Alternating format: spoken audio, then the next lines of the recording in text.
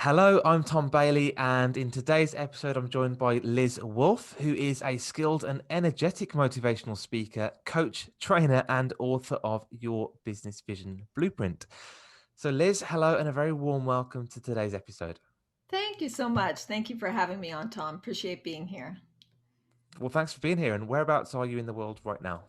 I am in an area of New York City called Hamilton Heights, which is a historic Okay. district where Mhm. Alexander Hamilton owned his only house ever. There you go. Fantastic. Thank you Right down so the much. street from where I live. It's very cool. Amazing. And now let me dive into the subject of Liz then, just for everybody listening. So, Liz coaches entrepreneurs using her broad experience in small business to help them get unstuck so they can launch and grow an abundant business. And the title for today's episode is The Three Keys to an Abundant Business. And Liz is going to show us how to do that in just 7 minutes. So, question number one today is, who are your ideal clients? Well, my ideal clients are definitely people who want to either launch or grow an abundant business. And there are millions of people out there that have ideas in their head about something they would like to do. Maybe they already have a little side hustle, or maybe Hmm. they've had a business for a while and they do feel stuck. So I love to work with people and help you get unstuck and get some momentum going in your business. And as they like to say, new level, new devil. So Yeah. even when you've started your business and things are going, when you expand your vision, which is the first thing that I work with you on, you're going to have a new devil and you're going Hmm. to come up against things. We're going to work together and get you unstuck. Excellent. And these devils we could reframe as challenges. So what are the typical biggest challenges that these business owners face in this space? Yes. So the biggest challenges that people face is what I say is we've been given the wrong information.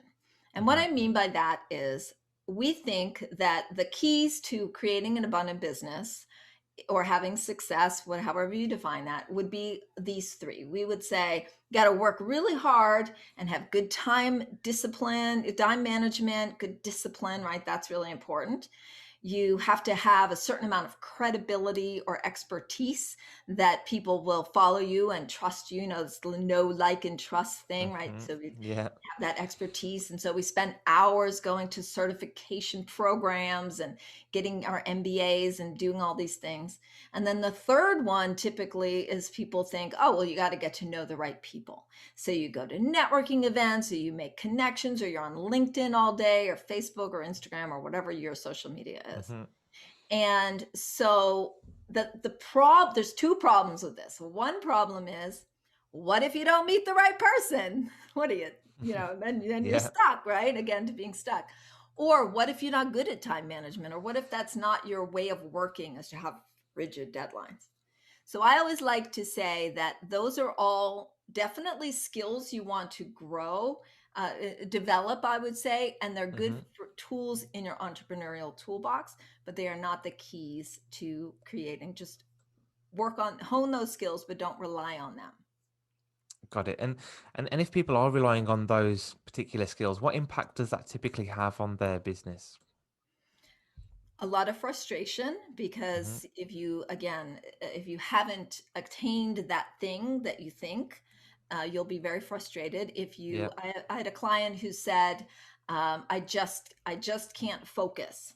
And because his brain didn't work that way, but if Yeah. he had in his head, I have to focus to be successful in my business. So what am I spending all my energy on? Learning how to focus. I'm not running my business. I'm learning how to focus. That's Yeah. one way that'll slow you down. The other way is that you will spend a lot of energy on things that you think are important that don't bring you as many benefits as you would like. And that can be very frustrating Got as it. well. Okay. So let's say there's somebody listening to this episode and they're resonating with this message. What is one valuable piece of advice that you'd give them to really help them solve this problem? So here come my three keys to an abundant business. Great. So the real three keys, which I have learned through my many years of being in business myself, I've had my own business. I worked with my husband for 25 years. I grew up on a sheep farm, and so I Hmm. learned a lot about entrepreneurialism at that time as well. And what I learned is that the three keys to an abundant business are: ask powerfully, Hmm. give wholeheartedly, and receive graciously. Yeah. And I'll give you the brief rundown on each one. Great. Asking powerfully means know what you want and ask for what you want. Sales rely on asking for money mostly, Hmm. and you can't have a successful business without successful sales. You need to be able to ask people for money, you need to be able to ask them for the sale. And by powerfully, what I mean about that is to ask very specifically for what you want. We're very vague. We say, I want to make more money next year. And I say, okay, $5 is Hmm. more How money. much? Is that, Yeah. yeah, how much? How much more? And they go, no, no, not $5. And then they'll say something like $1 million.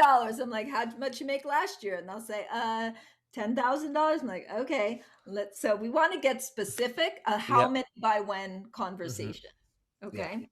Now, asking is the first key because once you know what you want, you can ask for what you want. Now, people think, oh, the second key is now I'm going to receive what I want. But actually, there's a middle step or a middle key, which is give wholeheartedly. A Yeah. lot of people don't know where to start. This is one of the reasons people feel frustrated. They don't know where to start. So once you get clear on your vision, and for instance, if you know, I want to create more money, I want to create more clients, but I don't know what to do, one thing you can do is help other people to get clients. Everybody wants to meet the right person. Help other people to meet people. Who can you connect with?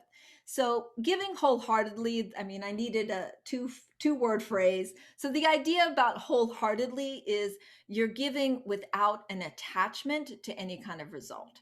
Mhm. So I have a lot of stories about how when I wanted something, when I focused on creating it, by giving, you're actually creating more of it in the world.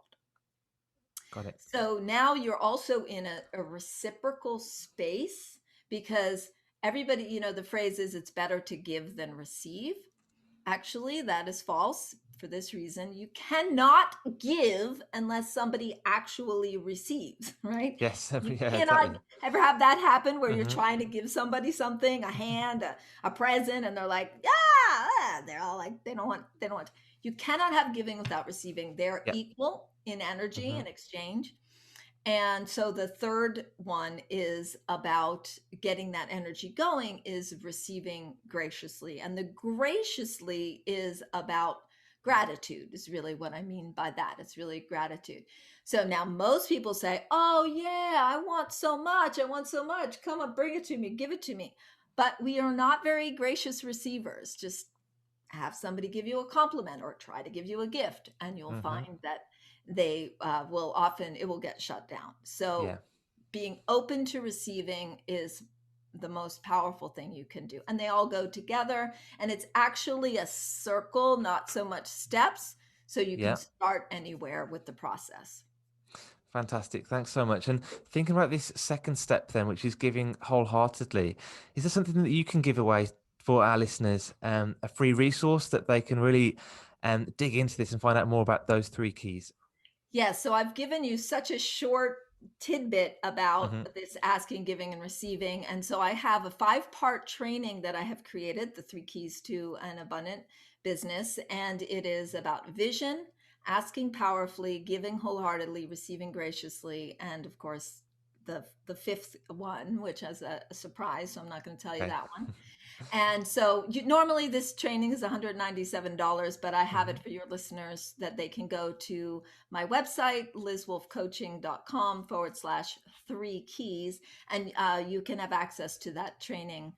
And it goes into much more details, and it gives you specific actions and exercises that you can do to develop these skills. So thank you for that. No, amazing. Thank you so much for that. And that's lizwolfcoaching.com/three keys. I'll put that link into the show notes below this episode. So click that and you'll get access to that free training from Liz.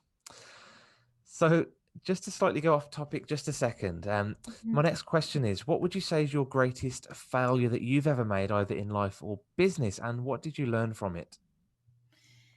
Okay, I love this question. As I mentioned, I grew up on a sheep farm, Mm-hmm. And yes, my last name is Wolf, and I did grow up on a sheep farm. Just want to make Yeah. sure everybody gets the joke. But it's Wolf with an E, though. And what we did was we sold products made from the wool and the sheep. Yeah. We did. You're from the UK, so I'm sure you have lots of familiarity with sheep. Lots of sheep. So what the first thing I did out of college was I opened a store in Connecticut to sell these wool products. Okay. And my heart wasn't in it. I did it to save the farm. It was really my mother's business. I was Mm-hmm. 22 and I had all this responsibility. And within 9 months, it had just all failed. Yeah. And then I was, I had no money. It was just a real, it was kind of Mm. not a good situation. I let my mother down, the whole thing. So, what I learned from that is when you don't want to do something, or if you're doing something to help someone else and it's not authentic for you, Yeah. it will not work. Yeah. It will not Completely work. agree. And the other thing that I learned about that, which is a little quick side note. So I was a photography major in college, Mm-hmm. and I never, for one day in my life, ever even tried to get a job as a photographer. So what I did was I gave up on something that I really cared about to go do this because I thought basically I was avoiding. I was Yeah. avoiding being a Yeah. successful photographer. And Yeah. I noticed a pattern. I noticed a Mm-hmm. pattern of doing things to avoid until I finally got to start my own successful business with my husband in technology. That's another longer story. So don't avoid and do what's authentic. Those were the lessons. Great. And just going to ask one more question on the back of that, because I've talked about this avoidance quite a lot with a few guests recently. And why is it you think people avoid what they really know they should be doing? Why do you think that might be? Yeah, that is a really, really great question. And I think the answer is in a word that you said, which is we think we should be doing it. And Mm-hmm. I do this I do some group coaching as well, and it's a really interesting conversation in a group coaching world to ask the question. There's so many people that have this feeling of obligation, like I really should be doing something that I'm not Yeah. doing. Yeah. And it's not inspiring to do something you have to do. And people Mm-hmm. don't do what they don't want to do. Great. So there's, I always, whenever I'm procrastinating or avoiding or resisting, I ask myself the question, what am I resisting right now? That is Yeah. the biggest way to get yourself unstuck, is to really help identify what you're resisting right now. If Great. you can figure that out, you'll clear the space. Thank you so much for that. And the final question from me today is, what is one question that I should have asked you that will also give great value to our audience today? Hmm. Uh, what is one question you should have asked me? Um, Maybe you should have asked me, is it really true that if you work really, really hard, you have to be an entrepreneur and work 80 hours a week? Because I hear that from people all the time. They say, I'm not cut out to be an entrepreneur because I don't want to work 80 hours a week. And I'll tell you this, the Mm-hmm. main reason that I love having my own business is what everybody wants, which is money freedom and time freedom. But time freedom doesn't necessarily mean that I'm not working 80 hours a week. What it means is I'm choosing how I am spending my 80 hours a Yeah, week and doing exactly. Hmm. that is the big difference. Amazing. I love that. And that's a great final point to end on. So, Liz, thank you so much again for your time today and for sharing such incredible value with our audience in such a short period of time. Yeah, thank you. You're awesome. Love being here. Thanks so much.